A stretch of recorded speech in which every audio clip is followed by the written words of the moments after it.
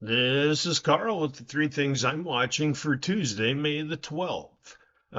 Starting out, and I'm going to lead with this story. The beef market update news that we got, whatever you want to call this, idea from the White House, and this came out yesterday that we were going to drop tariffs on beef. And at first, this stemmed from the meeting between President Trump and President Lula out of Brazil, that maybe the United States would remove tariffs on Brazilian beef to get a little bit more coming into the United States and help lower retail beef costs.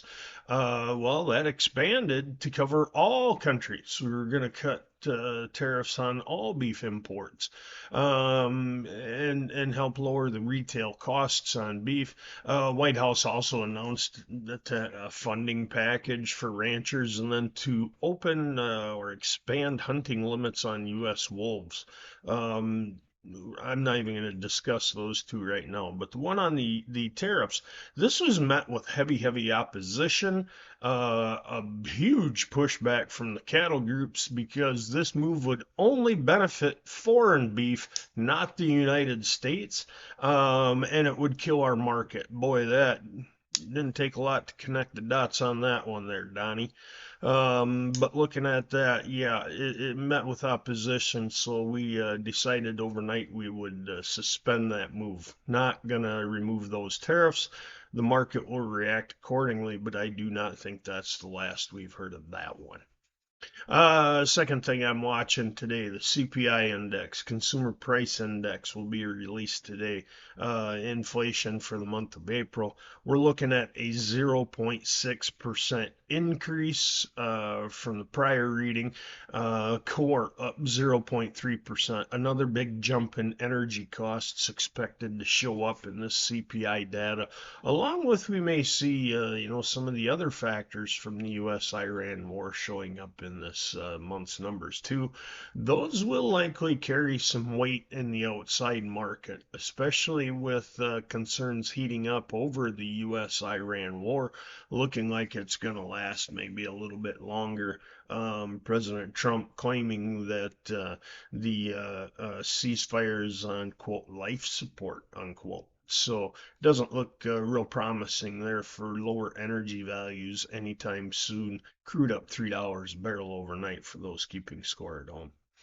Third and final thing, there's going to be a WASDE report today, one of the biggest ones of the year. The May report contains our first look at new crop balance sheets, so we will get the 2026-27 carryout numbers today. Here's what we're looking at. Trade expecting to see a carryout on corn.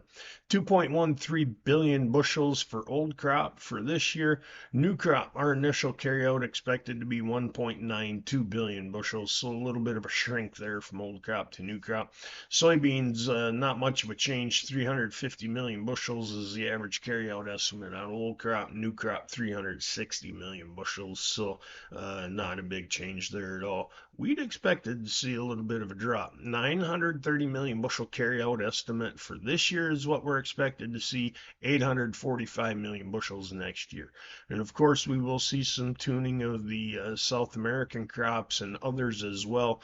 There's going to be a lot of moving parts in this report. It's really hard to say that there's going to be a surprise or what to look for because there is so many changes and new numbers that are going to come out. One that I will be keeping an eye on, the global corn carryout number. There are thoughts we could see our global corn stocks, new crop, 26-27, drop down to about close to 285, 288 million metric tons. Now that's for the world. Um, that would be about a 30 million metric ton drop in a little over 3 years.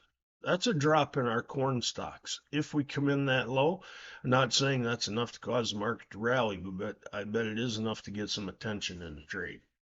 Those are the three things I'm watching today.